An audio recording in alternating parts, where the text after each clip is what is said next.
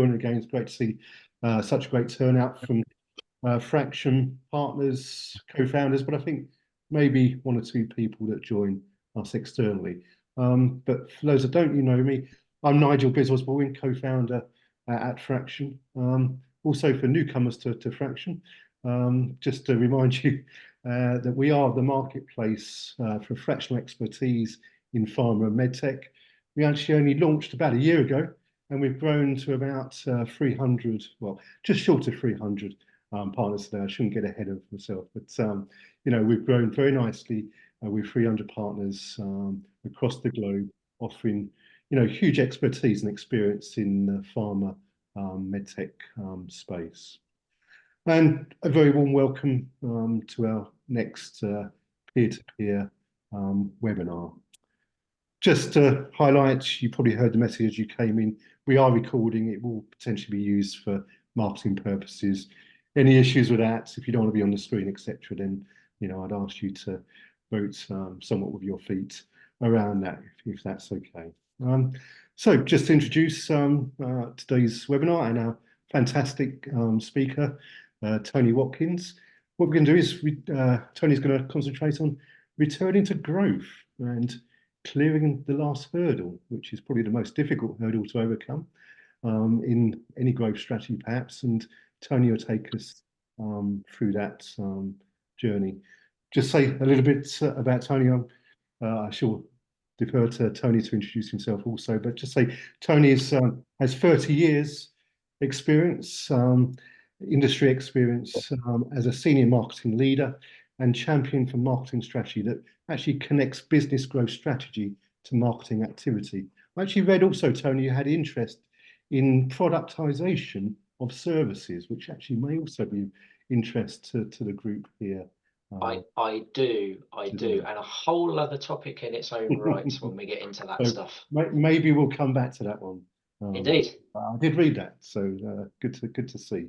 But I have to say, I could see this a good thing, but Tony, I think maybe put his hands up that he's actually a relative newcomer to the pharma sector. And I said to Tony on many occasions, I can only see that as a very valuable thing. So with that, over to you, Tony, to take us through your presentation. Smash in. Well, Nigel, thank you for the intro, and thanks to all the guys at Phraktion for the chance to share this with you all.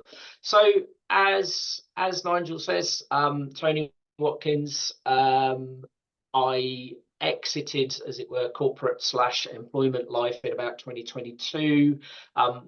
But while I was still in that game, I spent about the last 17 years really with technology companies looking at various barriers to growth, things that get in the way of us being able to do what we need to.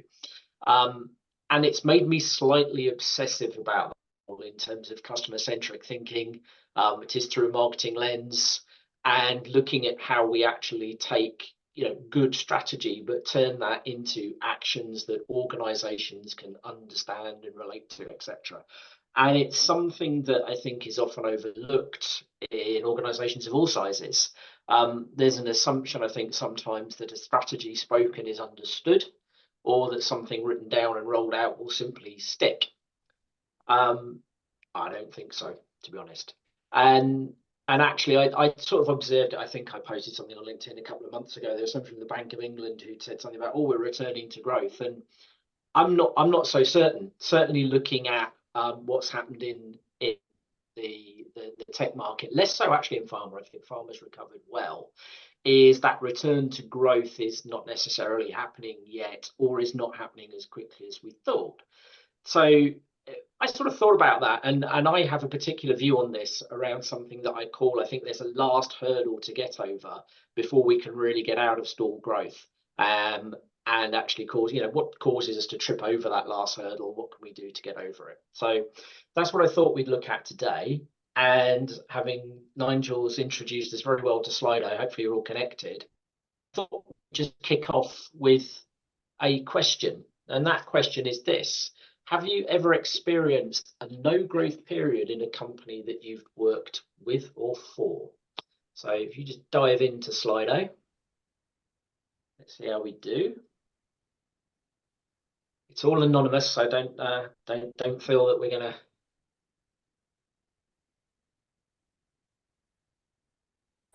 There we go. There we go. So I'm in one right now. Excellent. Well, that's a see me after class, that one, I think. But so the majority of us really, it's no surprise that actually most of us on this call and most of us in general will have experienced some period of no growth.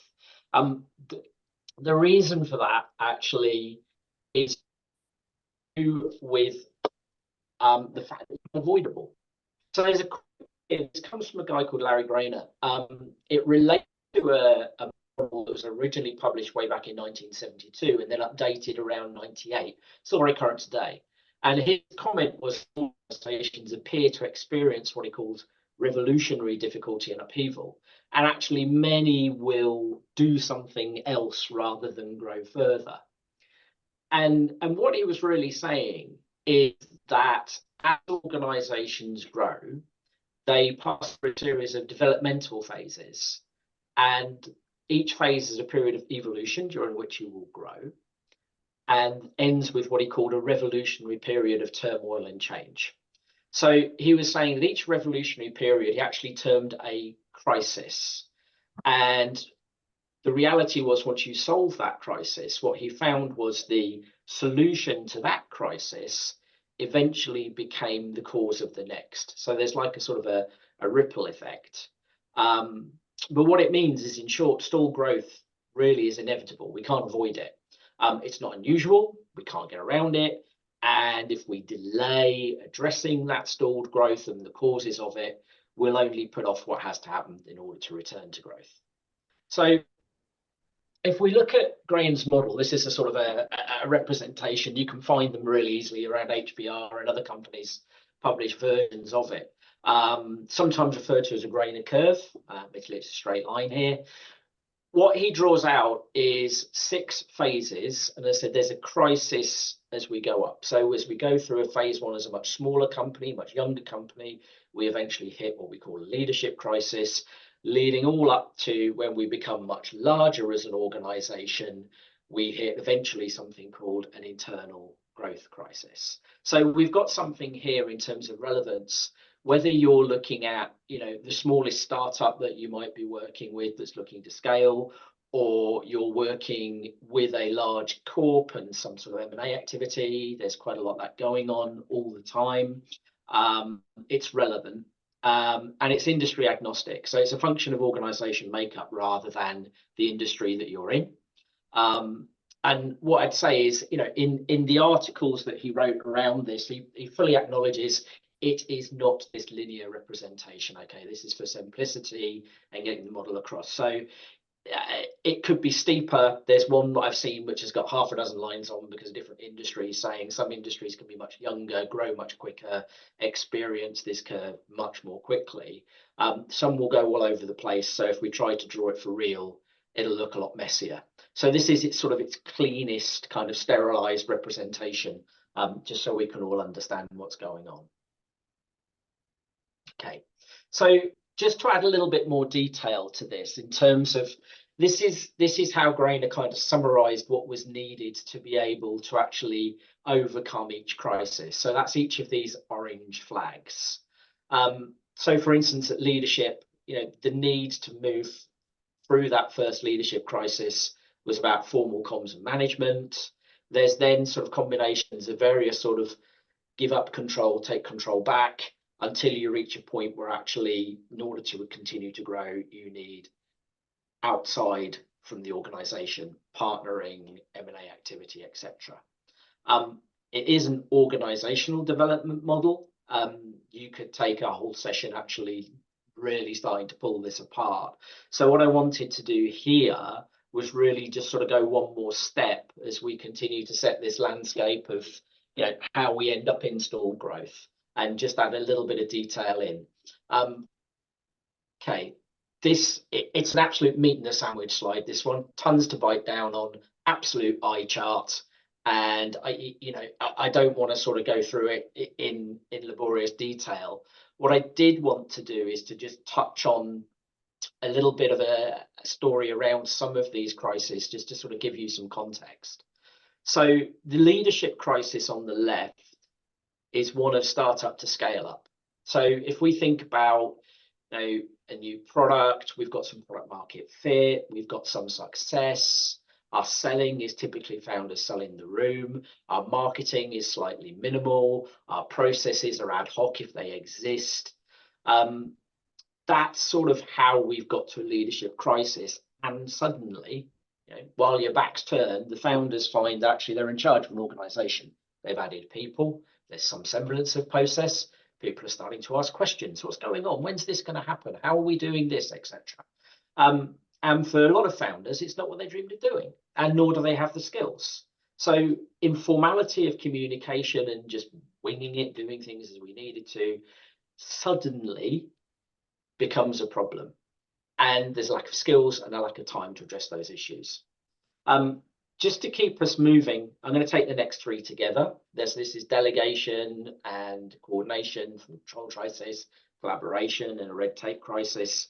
For me, I find these are about the same problem from different angles each time. As we're getting larger and older as an organization, we're hitting issues about management structures, we're hitting issues about alignment between parts of our organization, and we're hitting issues of consistency as to how messages and what's needed to be done is actually cascaded through our organization.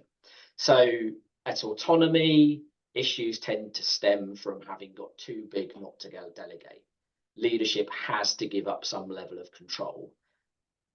At control, that I mentioned, you know, one solution leads to the next crisis. At control, the fact you've given people control, the control crisis now happens because the individual functions have felt very empowered and have actually gained too much power, and their autonomy tends to cause them to actually put themselves first. So they're prioritizing now own goals over the benefits of a whole organization.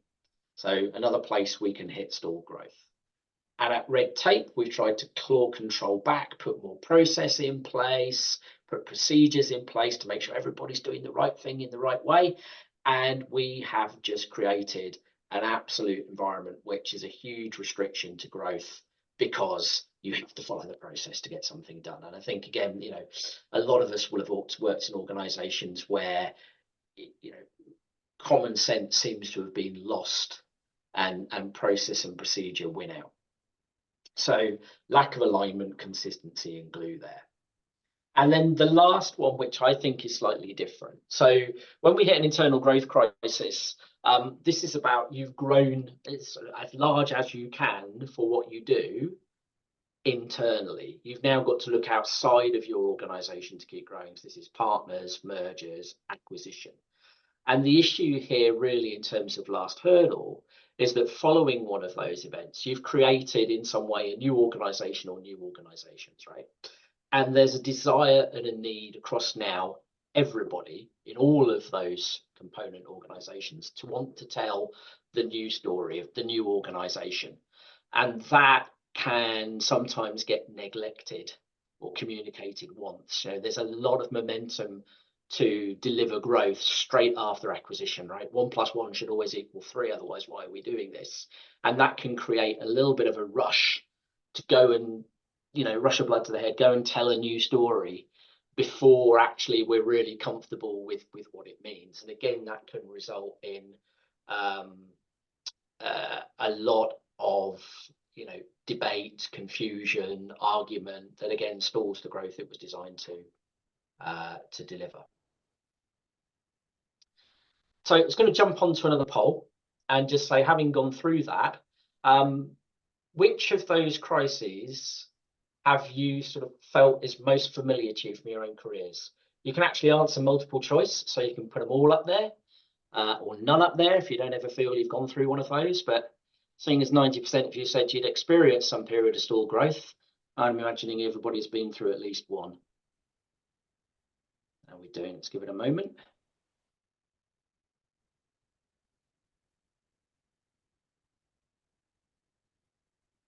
Okay, I think that's about all of us.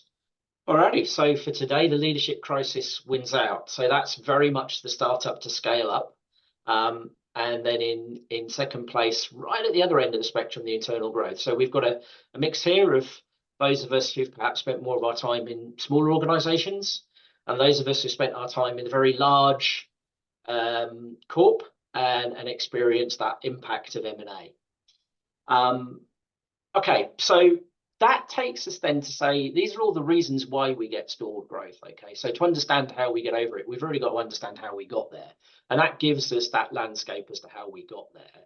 But let's take this to a next step now. So focus on today's topic, which is, what's that last hurdle then, Tony, that you talked about, and how do we get over it? So again, the Grainer model focused on organizational change, but I find it's a great model to start to hang lots of different books off. From my point of view, I believe there's three elements that we need to address when we're looking to turn to growth. One is organization.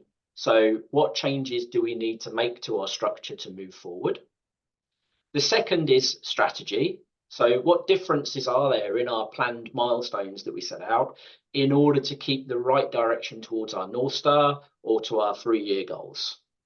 And then the third is action, which is, what do we actually need to do? What activities do our teams need to do to drive to these new milestones? Okay. So for this, I know where I'm definitely not an expert, so I'm going to leave organization change to Grainer and experts. There's a lot written about that. What I wanted to do is to look at the relationship between the last two, relationship between strategy and action. So here's another quote, and this is coming from a called Mark, who's a VP at Gartner.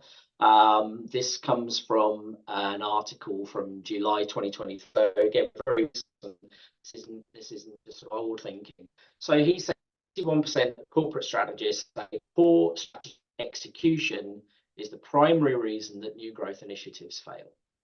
So our last hurdle then occurs where there is a breakdown between our strategy that we've and getting the action, the right actions taken. It makes it a very high hurdle. When you've got nearly 2/3 of strategists saying that execution is the number one reason why growth initiatives fail. I'm also going to tell you now, it's a wide hurdle. So there's another organization that does a lot of research in this space called Bridges Business Consultancy. They've been running the same kind of survey for over 20 years. And for over 20 years, for all that time they've been doing the survey, they have found when it comes to actual implementation, poor communication, lack of different actions being taken, and lack of leadership consistently rank as the key reasons that strategy implementation will fail. This for over 20 years. So we've got our high hurdle saying execution is just a problem. And then we've got a very wide, part to this saying actually the way in which we go about it and the lack of action just makes life even worse. So for me, we sort of moved away from, if we were thinking of some sort of athletics analogy to a simple hurdle, leap over and away you go. This is starting to like some sort of massive void. It's more like a sort of a steeplechase hurdle. If you've ever watched steeplechase in athletics, there's the water jump, right? So now we've got a hurdle and we've got this kind of mile wide water pit the other side that we somehow got to get over. And we can't get away without crossing it. There's more evidence again from Bridges that if senior teams don't attempt to cross the void, then what happens, and again, I think a lot of us would have witnessed this, your organization will attempt to do it for themselves. Why? Because everybody wants to bring them best self to work and try and make a positive impact. So, if your exec team doesn't actually set priorities, then middle management and employees will, based on what they think is best. There was at least one mention of trends in what you wanted to get out of today's session. And I did just want to take a moment here to say, whilst I've said this is very much an industry agnostic topic, I was looking this morning and saying, well, is this really a trend in pharma? And digging around for some stats. And what I found was there's a lady called Rita Numeroff. I don't know if she's familiar to any of you or not. Writes quite a lot on Forbes around this market. And she's written recently, sort of since October onwards, in a sort of a report, annual report that she does, that the current commercial model around pharma is requiring an urgent overhaul, driven by, amongst other things, just huge changes in drug purchase decision making, which I won't go into because I think you guys will understand it a lot more than I will in terms of how that's come about. But what that's causing is leaders are needing to build much more experienced, multifaceted and complex account teams. And what she's also found is, in our post-COVID world, is that even though face-to-face is still relevant for customer engagement, she's now finding 50 to 70% of customer engagement is happening virtually. So that gives us more people. It gives us less in the room. It gives us new approaches. She talked about omni-channel, which is, not new in tech, but this idea that you're on every channel where you expect your customers to be, was relatively new for pharma when it comes to customer engagement. That's leading to more personalization and more content across more digital channels, more. So what we've got here is a pretty heady cocktail from a pharma point of view that's offering far more potential for people to go off and do their own thing and create chaos that just inevitably results in a lack of growth. I also wanted to touch on here, just before we move into the final section, is, I've got absolute, what drives me with this, absolute first-hand experience of this. I spent 16 years growing a business. So I went through these periods of general problem solver, team leader, business unit owner, senior leadership team member. We didn't have the benefit of this curve. And definitely I remember the feeling as we went through of, great, we got over that crisis, we'll set new targets, we'll get going, and things seem great for a while. And then you just stall again. And I think if we'd really understood that it was inevitable, and we've been able to actually connect our actions back to the strategic and organizational change that we've made, it would have just felt a whole lot more comfortable. It's one of those things you go, I know why it's happening. And that we didn't know. So we had to go through that pain of trying to figure out why. So a good, for instance, here is, we went through a period where we formed functional business units. So we went from, we were all just one happy band in one office. And just like, the majority of people who sort of said, experienced that leadership crisis, we got a little bit too big.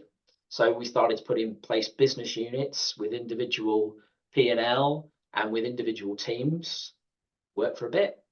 And then some teams were smaller, but might be more profitable, and they needed to borrow resource.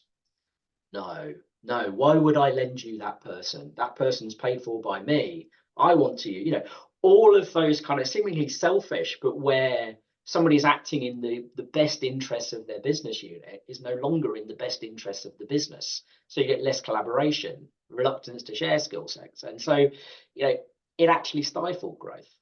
And so we saw that on a few different occasions.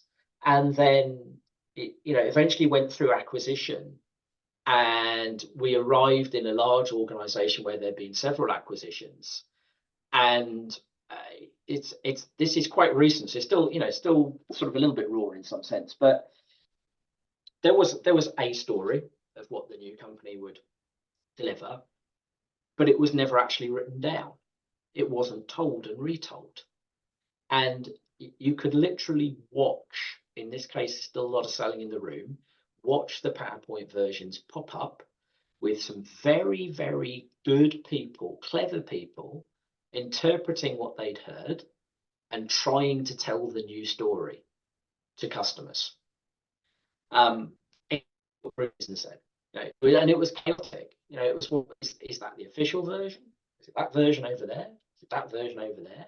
So even at the very, and in the very largest organization, sometimes those things can live within the business unit, and you might not see them for a few weeks. So, it really does play, I think. Okay, so moving on to the final part, let's just a quick pause and a recap what we've learned. So store growth is unavoidable is the first thing. You will get crises, and they will occur multiple times in the lifetime of an organization. The solution of one crisis ultimately is going to become the cause of the next. I know that moving through crisis, we need to address change in 3 areas: in organisation, in strategy, and action. And even if we organise and strategise really well, that last hurdle to overcome, to get between strategy and action, is feeling more like a sort of a growth strategy void, that wide, deep chase with the nasty, deep, fast-flowing water the other side. So, time to answer the question then: how do we get over, and how do we return to growth? Okay, so our growth strategy voids the last hurdle. And when I took you through the problems earlier, I did group them into 3 examples for good reason. So for me, I think there's 3 voids, those 3 big water pits that map onto these 5 particular crises. So the first, and perhaps the one that's most familiar to people who are on the call today, the startup void. Okay, so these are characteristics here really well aligned to leadership crisis. What stalls growth is no ability to do what's needed, no time to address the issues, and no tool to enable the teams. The next void I call stagnation void, and spans across autonomy, control, and red tape crises. So the crises form for different reasons, but the characteristics are in common.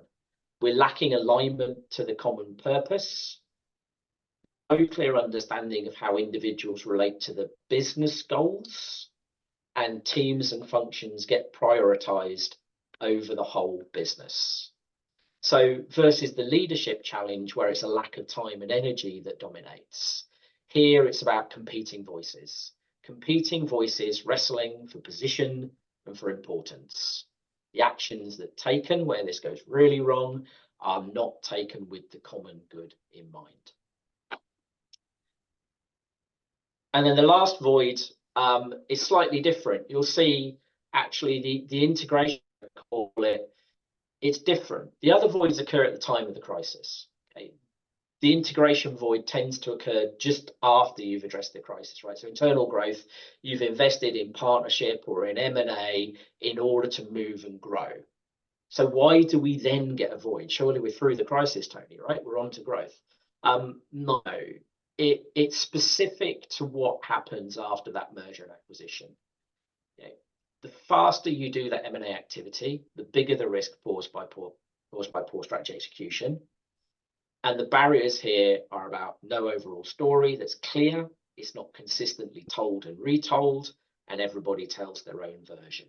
So you have to have had the acquisition or the partnership or whatever in order to actually then need to tell a new story. Okay, so it occurs after.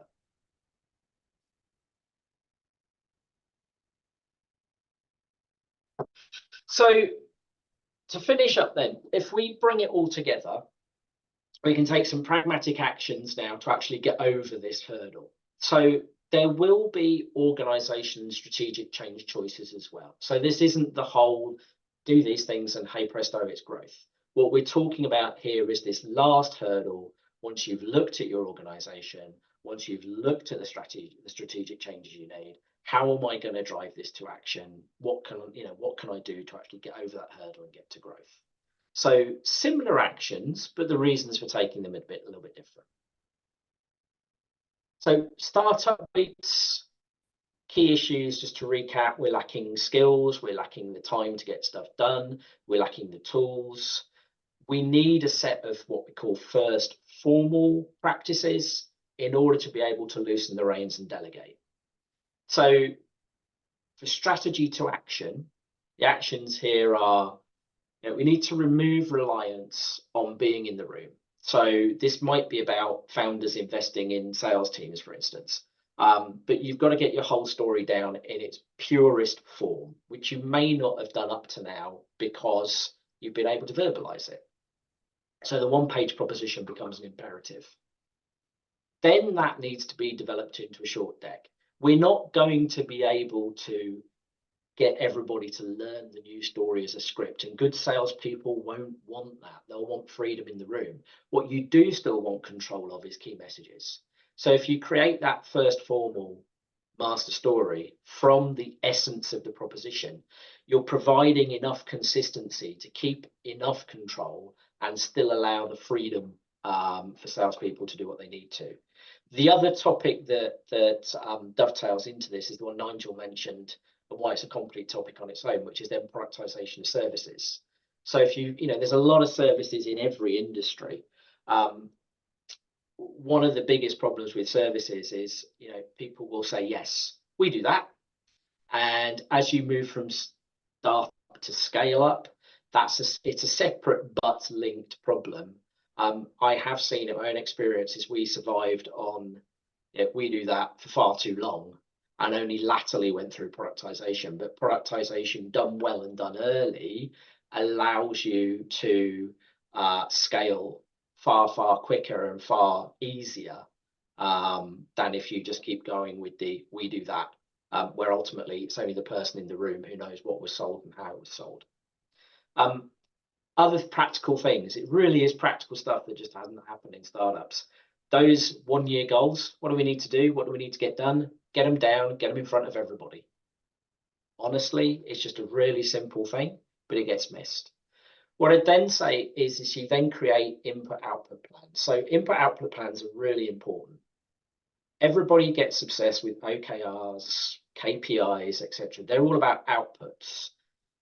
Staring at an output and that metric doesn't make it happen. You need to match that with inputs to really then say, if I bring the inputs from all my different teams together in the same format, it's laborious stuff like let's put it on the same version of the slideshow and whatever else we've got, they start to look familiar. And now everybody can see the activity that's going on. So to go from strategy to action, that activity, seeing what are you going to do that is going to result in change X and metric Y and contribute to the business plan goal that we wrote down. Now we've got a proper narrative for each team and we can start to relate to each other. Again, if you're going to loosen the reins, you just need to have that in place. The last parts then are a little bit more marketing-y, seeing as we were talking to returning to growth. There's an assumption there we need to drive revenue. If we need to drive revenue, we need to come from customers, either more from more from ones we got, or from new ones. So as you then start to drive content, you're looking for the consistent hooks and the consistent stories. So back to what we were saying in pharma, 50 to 70% virtual engagement and a move towards omni-channel and a lot more personalization, etc. Again, you need to have control to a degree of what's going on by bringing everybody back to say we're all doing the same thing for the same reason, even if we're describing it slightly differently. And then customer-centric marketing plan is, I mean, for me, it's just a given. Any marketing plan needs to be aligned to the market problem faced by your customers and nothing else. There's a phrase that I don't think it's mine. I think I've probably read it somewhere, but it's quite a nice phrase, which is lead them to your product, don't lead with your product. Again, that's a whole topic on its own. Take it from me, nobody cares. Nobody cares about your product. What they care about is what outcome is it going to drive? How is it going to make my life easier, better, etc. So customer-centric in marketing plan always. On stagnant, again, key issues, that lack of common purpose, lack of priorities, not doing the right things for the right reasons. We need to get back to having alignment and balance. So it's sort of like if the startup, we were doing it for the first time, do you know what? Things got too complicated now. We need to go back and regroup. So actions here, bring everybody together. Again, it's pragmatic stuff that you could work through this almost like a workbook, right? Bring everybody together. Let's get the views, the priorities on the table. Let's get out that one-page proposition that probably we put away because we've got fantastic campaigns and things, right? And let's just realign those various stories that we now have because we got bigger against that one-pager and be prepared that not everything we've invented since will fit. Then rework the stories in play against that revised master pitch. Your individual team stories will have become bloated. They've been written by the people who are leading those functions, so they're always going to lead with what was best for the function. Doesn't always align with the overall business. and this is an organizational and strategic one as well, because you've got to get buy-in. There'll always be some people outlying, and there's going to need to be some change management around this as well if anybody starts to lose out. But the premise is we just need to get back to simple stories. The sub stories are fine as long as they align back to the overall pitch, and we're all either agreeing or we disagree but move on. Keeping alignment, the cascading of goals down, and the IOs and cadence review just becomes more important as you get bigger. One thing I've found here is it's really dumb, but if everybody uses the same framework, the same template, and then you share them between groups, then because it's familiar and looks a bit like what we did, is people actually start to understand it a little bit more. So that then when problems occur and you're sort of sat around the table, you can at least have a discussion around something in common. And again, that's really important around stagnation voids, because it's all about who's got control, the competing voices, etc. The team education and familiarization, again, this isn't rocket science. There needs to be, don't just do it once, keep regular update sessions going. We always just had part of our regular team meeting. What's area X up to? Come along and tell your story, but tell us how it relates to what we're trying to do as a whole business. And you just keep that reiteration and that reinforcement going.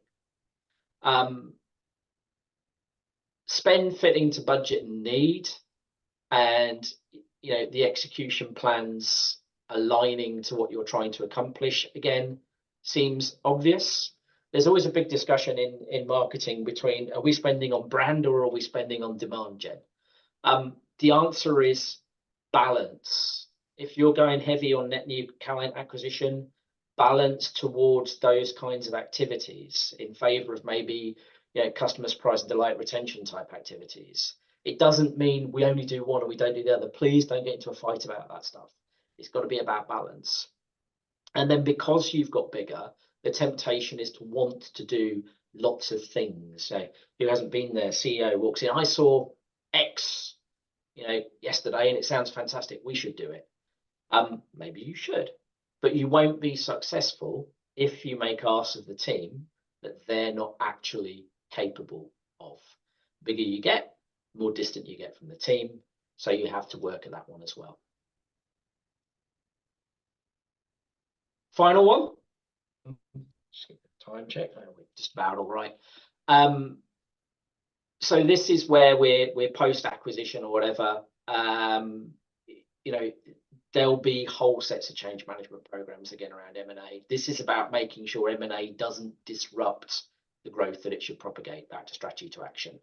So this again is really practical. The stuff I'd like to have seen that I don't think we did or didn't do well is there's a huge amount of momentum around making acquisitions successful. Don't try and rush out a whole new story. If you're ever in any kind of board or senior management team where it's sitting there post-acquisition and there's just a rush to tell the new story, don't. It's too difficult. Everybody's going to have opinion on it. If opinion was bad in a stagnation void, it's worse here. You've got different organizations, different cultures, different language, different ways of saying the same thing. So what you can do is just be able to get out a single slide. This is what it means to you as a customer. Now we've done X. Then, get that out there and do it consistently. That'll start to create the upsell and cross-sell opportunity. You will still get new stories. So there's a need to collect the outline pitches, pick them up. And, there will be in any M&A activity, there'll be clashes in product, clashes in territory, clashes in compensation, clashes even in organization. That's far worse if everybody's allowed to pitch their own best guess. Far worse. Again, similarly, matrix education, familiarization. This is just bigger than teams. Now you need to say, I'm going to bring all my sales teams from across my orgs together. I might bring then all my I'll then bring all of one organization together. So you sort of got to matrix it. And the other, there's clear timetable, sorry. I'm aware of the time. Simply, there needs to be a roadmap. If you don't communicate, people will guess at what's going on, tell their customers anything. And then the other thing I've seen is there's a temptation to mess with the engines of activity that are driving growth. Don't touch them initially. Just past acquisition, don't touch them. Let them do their own thing. Every business has already got its own plans, its budgets and KPIs. Keep it going until you're ready to change. Okay. So there we go. That's the whole story. We're all going to face crises. There's the last hurdle. Let's describe as a void. And we can cross the voids if we pay attention to these specific actions, depending on the void that we see. Last, Nigel said particularly, that's going to be great, Tony, but tell us why fractional is a good solution to this. So I thought, okay, there's a good challenge. You'll gather now, I do like a quote from an article from Forbes. So they talk about, why fractional can be a significant business gap. And they have these 3 C's, which was quite a nice way to summarize it. Something maybe as all as Phraktion partners we can take away. Capability, that's the being there on that spirit. The independent viewpoint, the scars and the wounds from having done it before, and the effortless fit to spin up. I think actually from what I've seen from Paul and Bruce, etc., is at Phraktion we spin up in a lot less than 90 days. Forbes says, it'll take as little as 90 days. So I think actually Phraktion does a lot better than that. Customizable, you bring in an expert, you bring in a lot of experience, they'll bend themselves to fit the task at hand. So you're functional and personal, being a master horse across a whole career and can melt into your organization. And then contracts, Forbes again, they're saying the saving is about 30 to 40% over hiring a full-time employee, which is a real kind of, well, why not? Not only quick to find, quick to engage, quick to get going, you're also going to get cost savings. And the final is, of course, all as part of Phraktion, just it's fractional on steroids. You've got access to a ready built expert bench. Now nearly 300 partners, might well be 300 partners in the time it's taken us to do this event. So that really is it's an absolute no-brainer. And with that, I think it's back to Nigel. Well, did we make it on time? I think so. We started late, didn't we? Started late, so just maybe 1 or 2 minutes over, but still hopefully we can have good discussion over the next few minutes. But firstly, thank you, Tony, for sharing those growth pains, if you like, in your experience. Probably what related to me was sort of that interaction between business units and not actually looking for the bigger success of the whole, but not sharing resources, etc. And that sort of struck a chord with me at least anyway, in certainly larger organisations. So just opening up the chat for any questions. We have sort of a meeting chat going on. I saw Bruce had actually put a question out, Tony. So maybe we'll start with Bruce. I'll just read it out. I don't know if he's loaded or not, Bruce. But Bruce asked, what are your top tips for getting founders out of the detail of everybody else's jobs? Oh, good grief. Asking for a friend, obviously. For a friend, there you go. I would say from personal experience is there's 2 things. There's got to be a gentle but firm discussion with founders that they have got too big to do everything, so they need to pick their horse. We had this conversation with our CEO. Our CEO wanted and felt the need to be in everything. It didn't happen overnight, but actually his true passion was much more on the technology side of our business. So he really went deep into the way we were doing product development and looking at the IP, which as a CEO, that's one of those factors when you come to sell as a multiplier on EBITDA is, what does that IP look like? So he really focused there as well as general duties. If he's got enough to do there, or they've got enough to do there, they simply don't have time to get involved elsewhere. Right? The other thing is delegation is incredibly difficult, and people want to have confidence that the people they're asking to do things are going to do those things. And trust sometimes isn't, it's easy to say, oh, I trust you. It's entirely different when then saying, I trust you, but I'll just come along.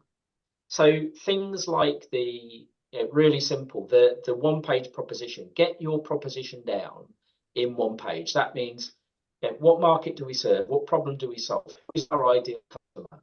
What's our differentiation? Getting absolute 10-word clarity on each of those, so that then you're saying that's the CEO story, that's the founder story, that's the one they pitch in wonderful life stories whenever they go into a room.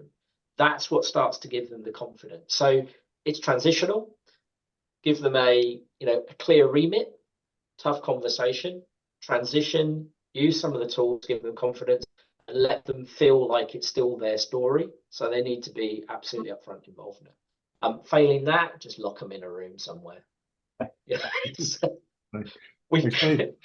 Seriously, might be needed. Very good. So I see Paul Reynolds has his hand up. So please, everybody else, put your hand up or just speak up. That'd be great. Paul, over to you. Tony, it's building actually on a question that's just popped in the chat from Mahela, which is, I think, reflects also a question I asked. You said at the start about execution takes away from strategy. What about when strategy takes away from execution? I think this also came from Mike Lang, that if you don't plan properly and you focus on execution, you don't actually execute a strategy that will deliver growth. So which way round is it? Correct. For me, strategy first. Okay. And the big organization, the more you need that strategy cascading down, but written in language that's appropriate for the organization. So this was another thing where a lot of the time strategy, particularly if we take that, but in a smaller organization, can still be attractive, PE or whatever else, is that strategy will be conceived and written down by a relatively small group who all know each other well and have all written stuff down in language. You try explaining that to your Italian office, right? You try explaining that to your Spanish office. You try explaining that even to a finance team versus a marketing team, all in the same place. So I think strategy has to come first, but where it goes wrong is when you don't simplify down. And there's a lot written about, I don't know if it's reading age 6 or reading age 10, but that's where you need to be. You need to be that simple so that when people go execute, the key is it's understanding why you're doing what you're doing. People you employ are generally pretty smart. They'll go off and do something. And if their world, if I take my example, our world is digital marketing. I'm obsessed with, Google ad metrics and PPC, et cetera, et cetera, et cetera. If you don't understand why, you'll simply do more of it. So that's where, you can give somebody objectives and tell them to execute in a budget, et cetera. But it's got to be aligned to the strategy. So strategy first, every time, get it simple, roll it out, keep measuring against the strategy. Thanks, Tony. I think you said it also there, Tony, keep it simple. I think that's a message I've heard from you in our recent discussions. Every time. Yeah. And I think, funnily enough, that's come up as a common theme across many of these webinars. Try and keep things simple. So, we shall take that message home today and learn from it, I think. But Rahela, you have your hand up. I know you had problems with your microphone. Yes, I managed to sort this out. I would like to hear Tony's views on the following. Vision is the ultimate outcome of the strategy. And what I have observed in several organizations, that they simply wouldn't define clearly vision, or a vision was unrealistic, or it wasn't there at all. But they created strategy on its own. And my personal view is that strategy is a road that we are traveling to final destination, and our vision is that final destination. And tactics or activities that we are using on that road to get from A to B is on top of the strategy. But if we don't have that clearly defined final destination, how do you think leadership can then develop reliable, realistic strategy that can be executed? And how they can believe in that strategy if they are not even clear where they are going? Okay, there's a lot to unpack there. Let me try and keep simply. So my view of this, everybody has different views on vision, strategy, action, etc. My view is vision, or it gets referred to quite a lot as North Star, is that sets the direction of travel, right? It might not be a destination, but I think when you set a North Star, it gets into things like purpose, which is really important in organizations now. People turning up and saying, why am I doing this as much as what am I doing? But that North Star needs to come first. That's your sort of reason for being, your reason why you're in business.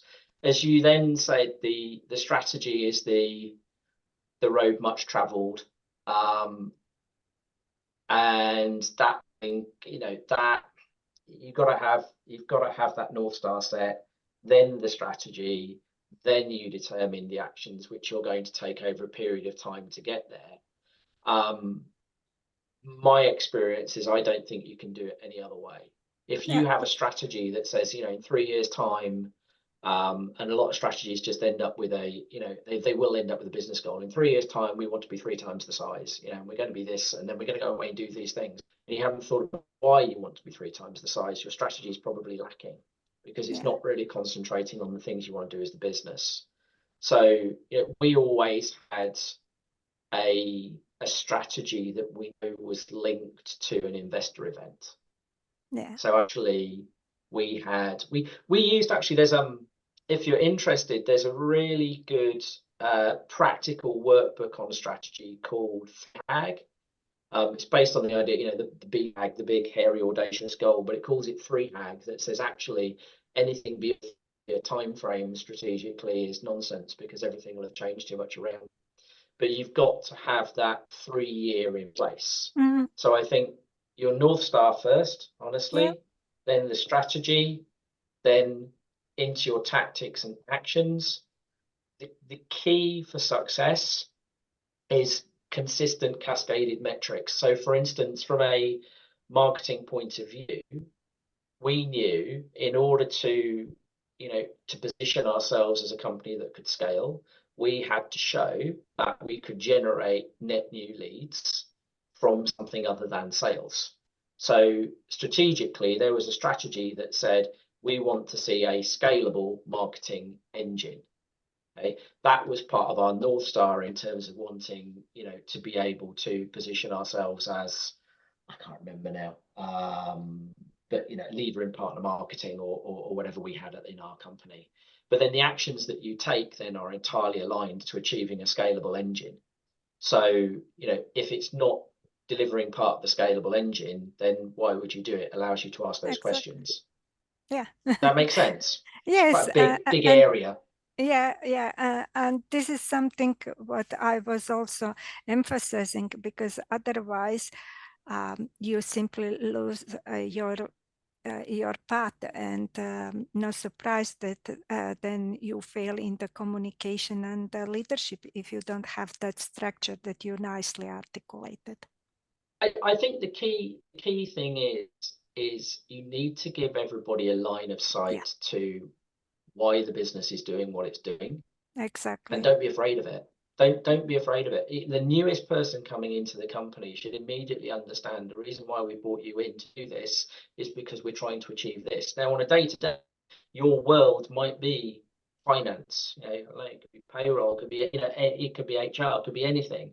But you should all feel that same sense of entitlement to actually understand what the business is trying to accomplish. And I'd recommend anybody ask that at a job interview as well, by the way. Anybody going into a new role or into a fractional is actually saying, well, what on earth are you actually trying to achieve? You've arrived at a decision that says you need this support. What is it you're trying to do? And that's important for, whether it's us seasoned experts or if you're hiring, the person who's just recently come out of school or graduated and it's a first job. Great. Thank you. Thank you, Rahela. Lovely to hear your voice, but I can't see you right now. But actually, I was going to come to Paul Conacher, if that's right, because I just saw your note here, Paul, that you'd worked previously with Tony and alluded to a bad cop, good cop, Paul. So I wonder who was who, yourself or Tony? Is the We took turns. Very good. So, do you have a question for us, Paul? Yes, I do. Since the conversation's moved on, I was just thinking about that conversation, Tony, we just heard about strategy linking through to operational structures and then to metrics and measurement and so forth.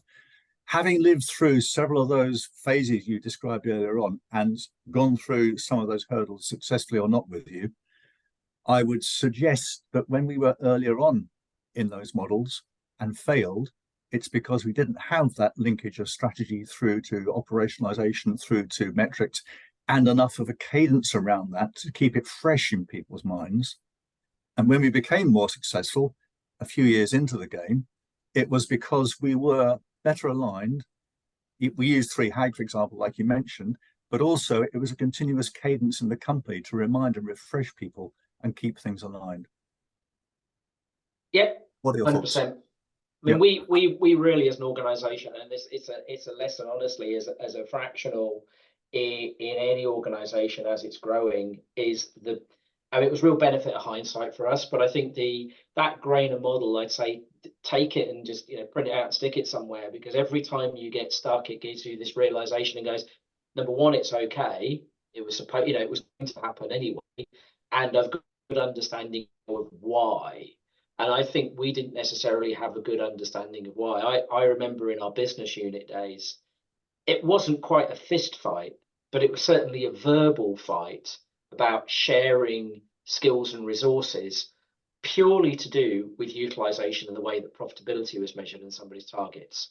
It's a really natural behavior, but it's totally counterproductive to actually growing your business. So I think that we stayed, honestly, I'd say we stayed in that kind of founder-led motion for a very, very long time. We introduced sales without productization, which meant we didn't really scale. We just had more people selling what they thought we did. And that creates problems in the sale. It creates problems in the handoff to delivery, whatever your delivery organization looks like in services or product. And, it creates problems in sort of, at the end of the day, did you actually get what you thought you were getting? So yeah, I think our my key takeaway, a bit like Nigel, is simplicity and just having that framework to work to every time. I could just add one more to that, Tony. I think another issue we faced internally was not enough understanding of cultural differences, which delayed that productization globally, for example. And until we worked through that, we couldn't then scale the business either. Cultural issues. Yep. Absolutely. Okay. Just conscious of time, everyone. I don't know if there's any very final last comments, questions, but we should probably come to a close and we can go off and have a cup of tea or something similar. But I'd encourage you have Tony's connection now